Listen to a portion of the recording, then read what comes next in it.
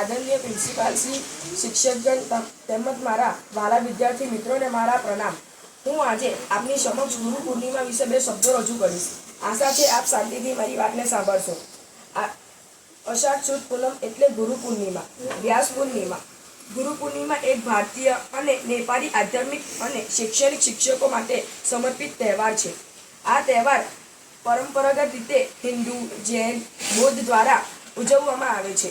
ગુરુ પૂર્ણિમા એટલે ગુરુ અને શિષ્યના પવિત્ર સંબંધો ગાઢ બનાવતું પર્વ। ગુરુ શબ્દનો અર્થ અંધકાર અને રૂ શબ્દનો અર્થ પ્રકાશનું જ્ઞાન। નયનને કરનારા જે બ્રહ્મપુત્ર પ્રકાશ છે એ ગુરુ છે। અજ્ઞાનનો આમ તો આપના જીવનમાં ઘણા અજાણ્યા ગુરુ હોય છે, જેમાં આપના માતા પિતાનું સ્થાન સર્વોપરી છે, પછી શિક્ષક અને બીજા, પરંતુ અસલમાં ગુરુનો સંબંધ શિષ્ય સાથે હોય છે કે ન કે વિદ્યાર્થી સાથે। ગુરુ છે જે સમજીને પારખીને શિષ્યને દીક્ષા આપે છે, અને શિષ્ય પણ એ છે જે સમજીને ઓળખી ગુરુ બનાવે છે।